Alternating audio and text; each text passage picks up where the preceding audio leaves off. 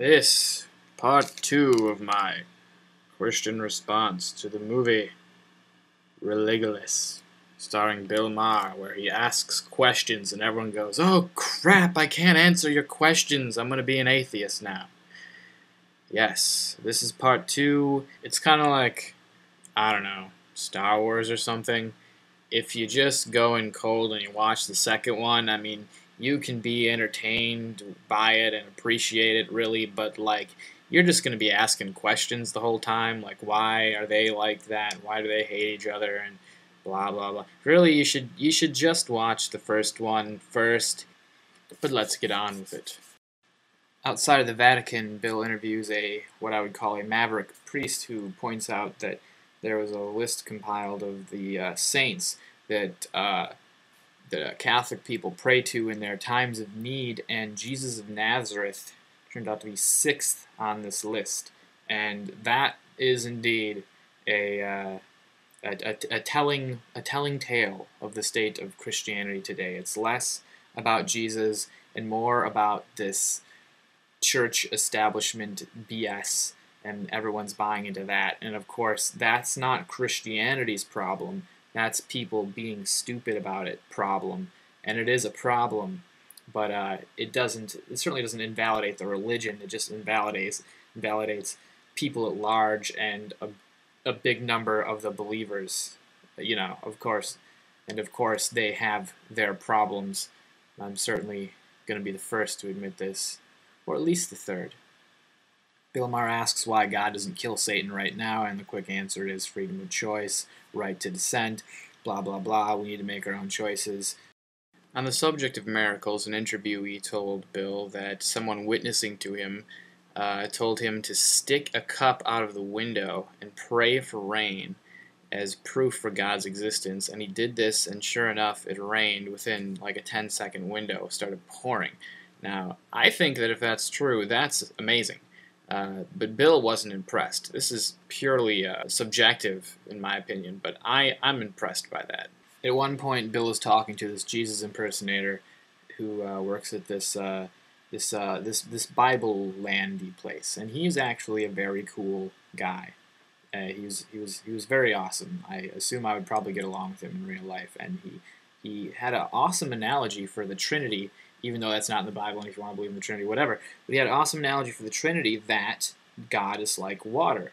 He can incorporate himself in 3 different forms depending on his need, and that can be liquid, gas, solid, as in ice.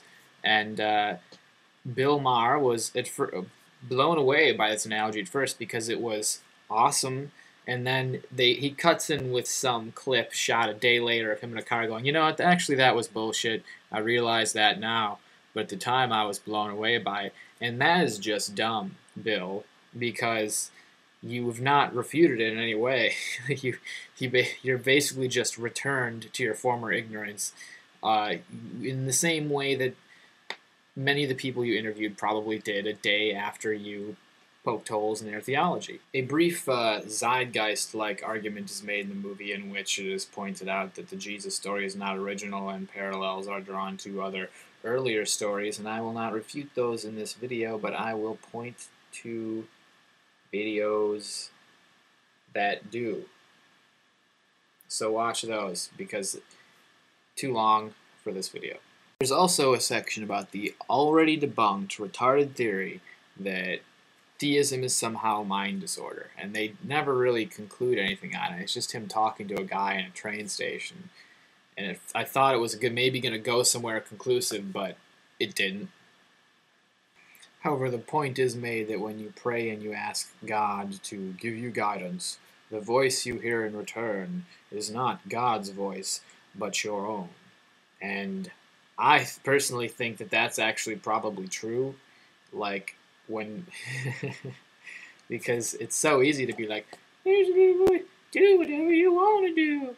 Okay, I'll do whatever I want to do. Or it's not, it's not really like that, but it's like, the thing that you wanted to do is the thing that you should do.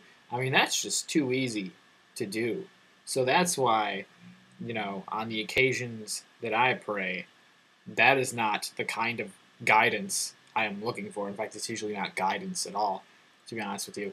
I tend to rely on a sound moral judgment, of which your morals can be informed by Jesus. So try looking into that, Christians who are looking for guidance. Don't pray for it, because then you're going to have the little voice in the back of the head go, "Yeah, kill him, Billy." At the end of the movie, when he was wrapping up with his morale, which is basically him narrating morals to the audience, he made the ridiculous point that not only are, extreme religionist people bad, but so are the moderate ones, because they encourage and enable the extreme ones, and that is just ridiculous. Because I am what you would call a moderate Christian, which is a term I do not agree with, because I do not moderately follow the teachings of Jesus, nor do I moderately believe he's the son of God. He is the Son of God. I fully believe these things. I am just an objective person who is not fundamental and full of brimstone and hatred for anyone who is not a Christian.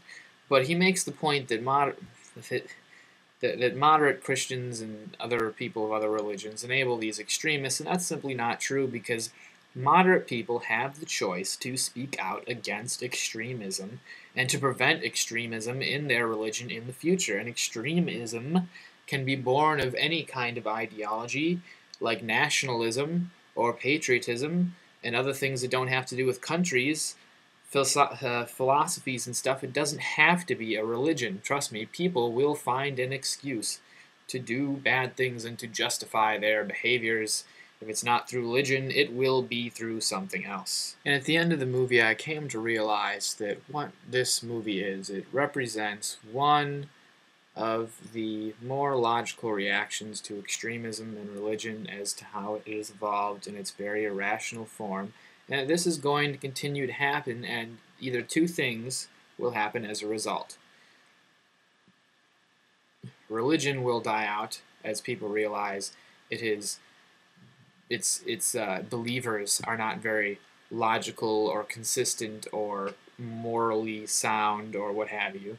Or religion will react to this, and people will start to inform themselves about the things that they believe, of which most believers are tragically uninformed. They will not reject rationalism as some form of Satanry, which is retarded, and people do that. And, they will just generally better themselves intellectually and realize that they can still believe in these things. People who are religious must either stop being religious or strengthen themselves and their beliefs.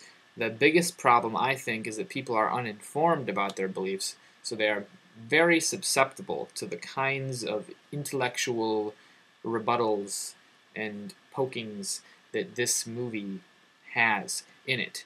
And if people were simply informed, these kinds of questions wouldn't be so scary.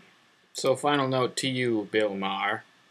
I laughed, it was funny, and I don't dislike you as a person or anything, which is probably more than most Christians would give you.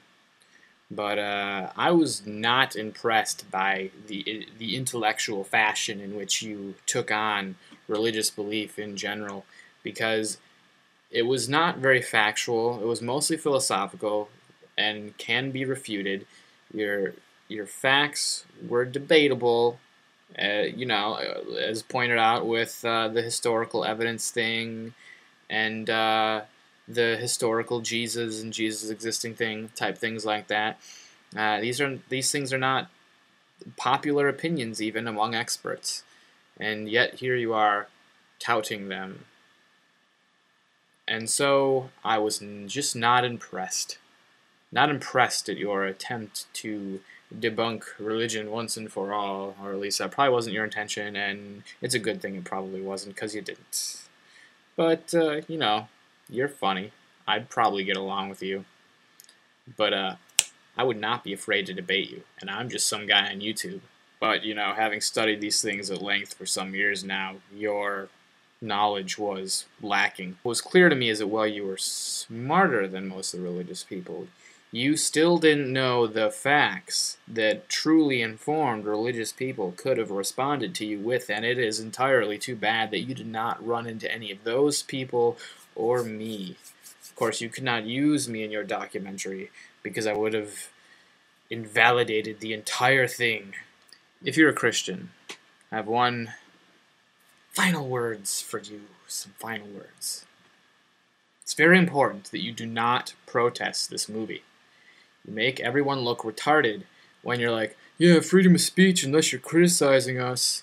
So don't protest the movie.